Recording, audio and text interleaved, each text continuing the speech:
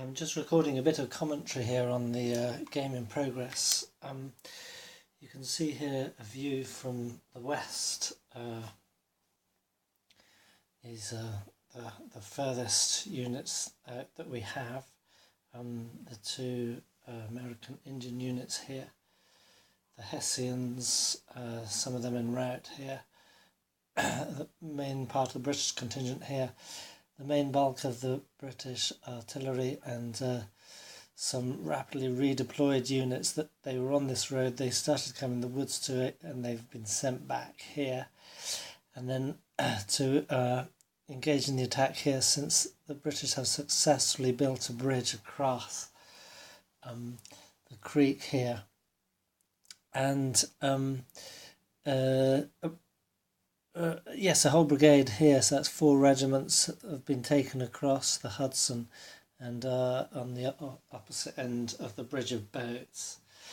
You can see here is the game end marker, and this is the turn we're starting. We've got 5 more full turns, and it's at an interesting point because essentially the British are 18 victory points up, which includes 6 step losses. That's 3 whole regiments of American losses over and above the British losses, and then all their victory locations. So that's counted as a solid victory in this game. It is a lot further than they ever got historically, but I think it's the high water mark of where the British can go. Although it is interesting that the Americans, they lost a lot of troops here, and they've been losing lots of troops here through... No, sorry, I take that back. They didn't lose a lot of troops here. With the Hessian attack here, dislodged the Americans from this hillock here, and they formed a second line of defence along the stream here. So they didn't lose anyone there. They just had routes which were eventually rallied. But the bulk of the American losses have been here, which is two continental regiments and 3 militia regiments which have been essentially routing off map. The problem being that they don't have so far to route when they're this far back, as you can understand.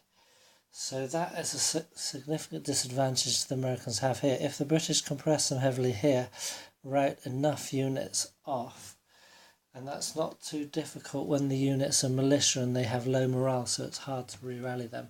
If the Brits can do that, they're going to bump up their victory level significantly. But I think that this is going to be too strong a line to assail. The British already had 1 aborted attack across. They sent over a heavy, strong brigade here, but essentially it was unsupported. It was fought back by the brigade there, and the cannons routed back. They've now brought up some. This is their strong brigade. They've got covering brigade here ready to launch another attack. I think there's going to have to be penny attacks from here. But they've also sent back a lot of men here. Maybe I'll just give you a slightly different perspective. So let's go here and we can see the attack from the British perspective. This is all off game, as it were. So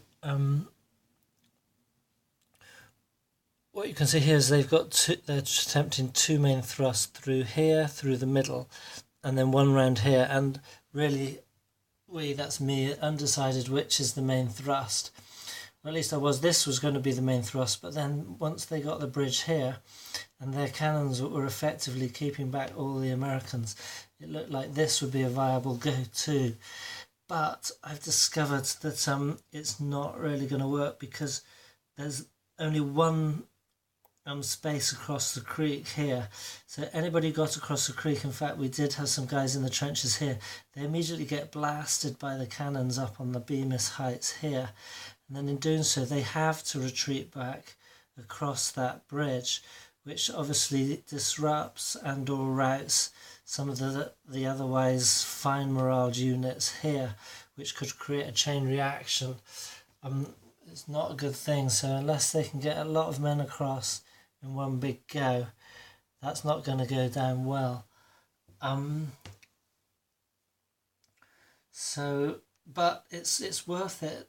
It's worth threatening this area, I think, because there's high victory points, which means that it has to be well defended by the Americans there.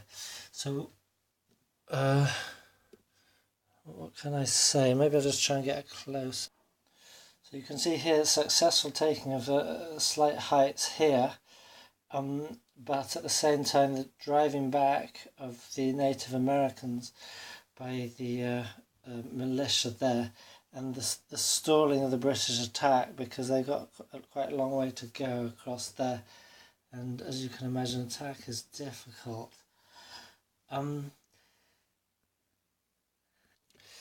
over here you can see strung out, routed, some infantry here, and then routed crews of the guns here. So we got 3 sets of guns uncrewed here because of the blistering fire kept up from the artillery here. Back here, if we look from the American perspective, you can see that this brigade here has been held in reserve. It was moved out down to this side, but now it's hovering because it's not sure whether it's going to have to go back to defend against the attacks from here. So yeah, I'm a bit undecided about what to do, because essentially I was thinking I might call the day on the game, because I'm kind of itching to start a new game. This one's been, although I haven't been playing it for a while, it's been, you know, at the back of my mind for a long time. I haven't been able to play it, so I'm quite keen to get something fresh get onto my table. But it would be, in a way, it'd be a shame to leave it, because I could say, okay, the British call a halt to the action and the Americans decide not to counterattack, but that might be unfair to the Americans, because attacking, although it's difficult, if it works, it is very effective, because essentially, you know, you charge forwards and the enemy moves well back. So if the Americans, say from forces here, they launch a counterattack this way, they could regain victory points over, can you see that? Just off camera, victory points here, and victory points here. That would give them 5 victory points back, which would tip the British down into just as like a marginal victory.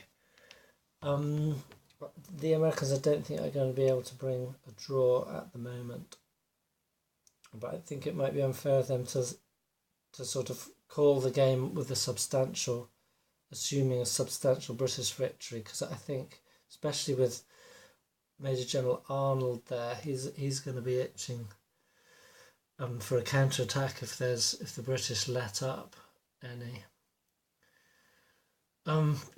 Yeah, because I think the British are not really willing to press the attack, knowing that, say, if they did break through here, there are so many Americans there. Are they really going to be able to bag all of them with the forces they have? And that is the summary, in a way, of the British quandary in this whole battle, is the Americans just had so many more forces, and did the British ever really have a chance? I mean, essentially this game is just about trying to do better or than the British did historically, or, you know, as the Americans stopped them doing as well as they did historically, which wasn't very well at all.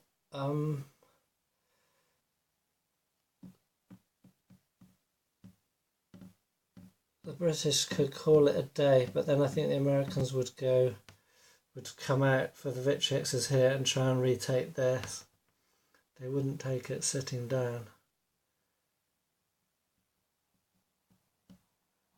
Yes. Maybe I'll play that out, see what happens. Because as it stands, these forces could quite effectively push back the Hessians here. You can see they're sort of, there's a lot less men here. There wouldn't be enough time for the mass of British here to shift over, because moving through all these woods would just make movement too slow. And anyway, even if the British say they left it here, the Americans didn't succeed or didn't do a counter-attack, then the next day the Americans are being reinforced all night. Essentially, I think you would end up with close to the original British condition, is that Burgoyne would get this far and go, right, can't get any further, and would have to retreat. Whether he would let himself be surrounded and surrender is another matter entirely, but not a game we could play out with this. Not a scenario we could play out with this game as it stands.